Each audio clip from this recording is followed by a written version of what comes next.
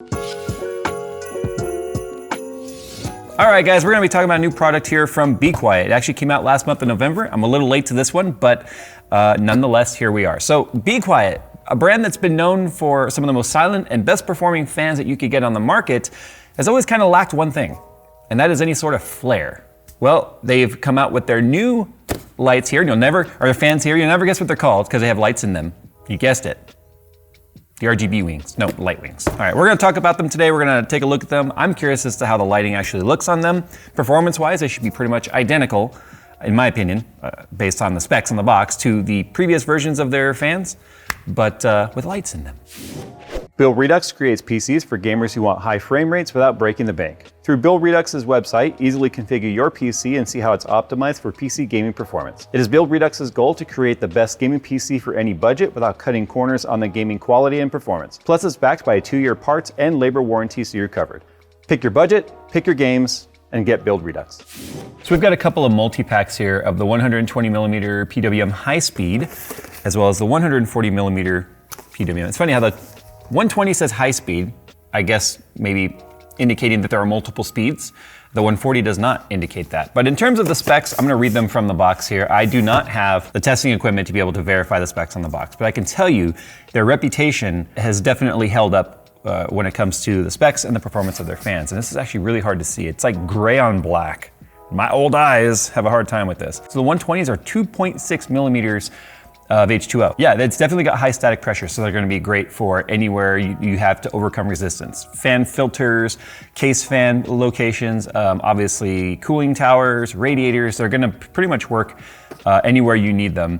This one's up to 2,500 RPM though, where it's 1,500 on the 140. So the high speed here is definitely like, we want the performance, we will sacrifice some sound. But because of the blade design, and we'll show them when we take them out of the box, it's not an intrusive chopping sound, if you will. The tone of fan noise is more important than the actual decibels of the fan noise if you really get down to what it is that you're hearing. So in terms of airflow though, we've got 52.3 to 88.86 CFM. Now the 140s on the other hand, 1,500 RPM, we've got 56 to 95.14 CFM. They're gonna flow more air because they're bigger. However, in terms of pressure, it is 1.49 millimeters of H2O. So still good for radiators. That's a great figure for radiators. Remember, that is based on max speed, by the way. They are definitely gonna be better suited for anywhere you need airflow. Also gonna work really well on radiators. Now, in terms of noise, these at max speed are rated at 23.3 decibels. Now remember, that's open air testing. So that means no resistance behind, no resistance in front. It's just the noise of the motor and the fan blades themselves. You put them in a case with filters and radiators and heat sinks or fins. They're gonna be louder because there's more turbulent effect happening with that air going through the resistance and smoothing out that airflow. It's gonna make noise. Whereas the 120s here are rated noise level at 31 dBA. So they're louder, but it's a 2,500 RPM fan. I'm gonna take a look at the 140s here right now. Oh, we do have an ARGB hub. I was curious as to the control on these, how it was gonna work here because of the fact that I did bring my test bench out so I could plug them into the ARGB header. So they are 5-volt ARGB, which means they are going to work off of any sort of motherboard header or splitter. But as you can see here, you also get your ARGB hub. We're gonna have lighting on the back side. It's kind of difficult to see here. We'll get a close up. There are slits in the side of the cage here where lighting will show through. And then obviously on the front, we have a very bright ring here. Fan blade design, you can see we've got these sort of ridges in here, and it's these ridges on both sides of the blades. It's actually making the blade themselves a lot less noisy when it comes to spinning through the air. And it's these designs that have actually earned BeQuiet such a high reputation when it comes to being silent, but also high performing. Often with fans, you have to make a choice. Are they quiet or do they work? And BeQuiet's done a very good job of making a balance there. So if we take a look at the hub, we have got ourselves a jumper. So you don't have to worry about buying an ARGB fan splitter. And the problem with that, you could only split the ARGB signal so many times before you no longer have enough voltage being provided by that header to light up all of your fans. I actually learned that the hard way when I did my Inman 928 build, where I had 15 fans hooked up to one header, and those were daisy chained. Remember, the Inwind fans were daisy chained. And the very last fan at the end of the chain would just spaz out. because it wasn't getting enough signal at that point because it was heating up along the way. It's kind of like if you split a video signal too many times, you get a lot of degradation down the line. Same thing happens with ARGB. But what they've given us here is a sleeved, it's kind of that rubber sleeving. I'm not a fan of this rubber sleeving, but BeQuiet absolutely loves this stuff. But it is a standard ARGB pinout on the end. So what I'm gonna do now is I'm gonna put this into my motherboard, and this is now going to give us 6, come on, get on there.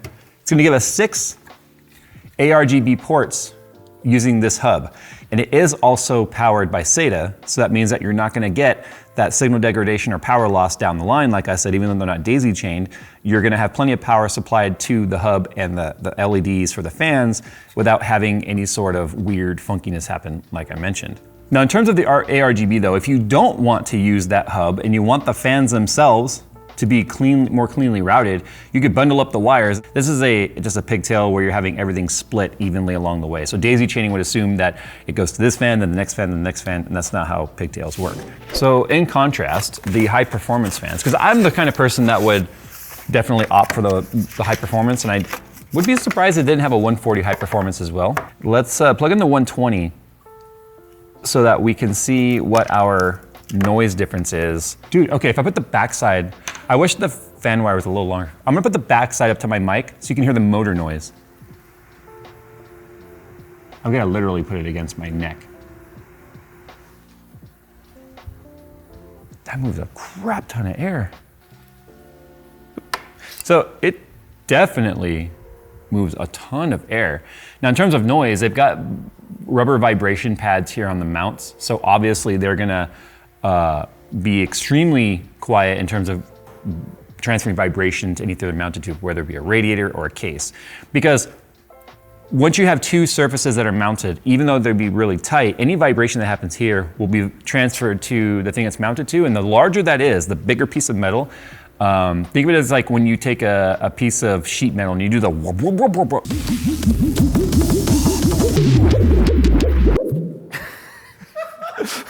It just amplifies through the surface.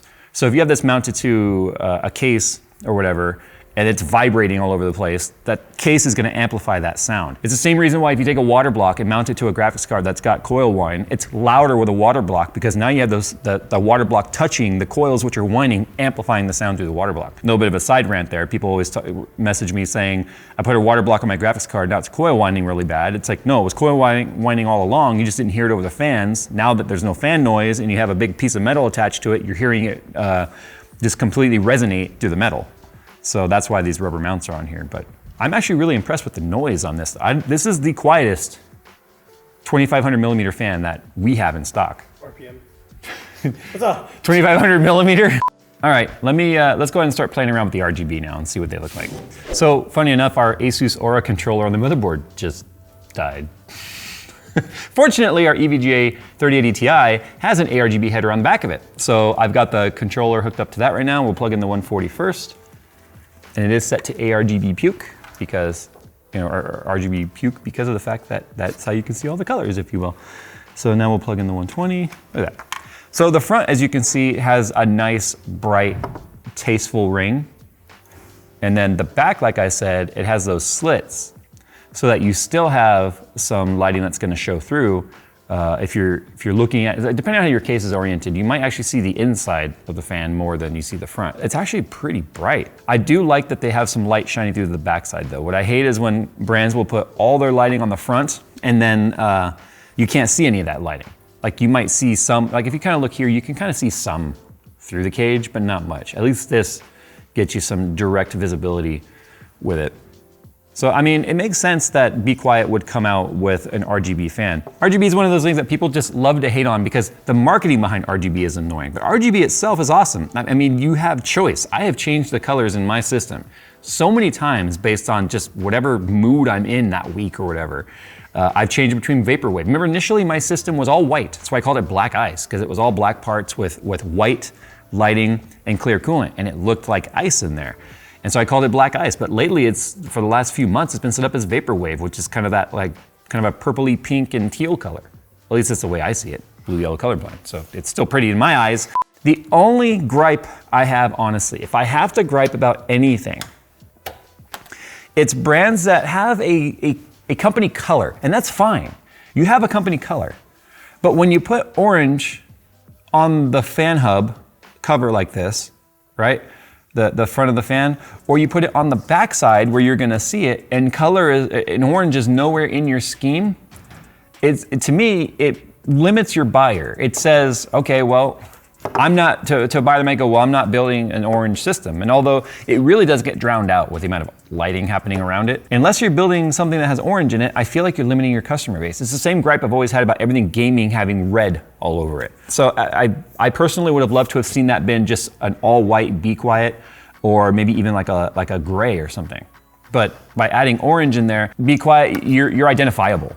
I mean, everyone knows your designs. They look great. These fan blades are amongst the best in the industry, but the orange, in my opinion, one of the reasons why I won't be using these fans in my personal build I'm getting ready to do, because I will just be bothered by knowing the orange is there. I could make a sticker that just covers over this. In fact, I would totally do that. If I was using these in a build, I would take out a Cricut and I would have a round sticker made that matches this, or get some nice like machined one or something and put it on there, and then cover up the logo entirely, because if orange isn't part of my scheme, I don't want the orange in there. So there you go, guys. There's our unboxing and first look at the new light wings from BeQuiet, building upon their legendary pure wings and silent wings designs. And you can get them all the way up to 2,500 RPM performance wings. They should just call them performance wings, honestly, because the 120, 2,500, Phil actually made me bring up the RPM to prove to him that it was at 2,500, because he didn't believe it was at 2,500. He thought that header was actually lower than that.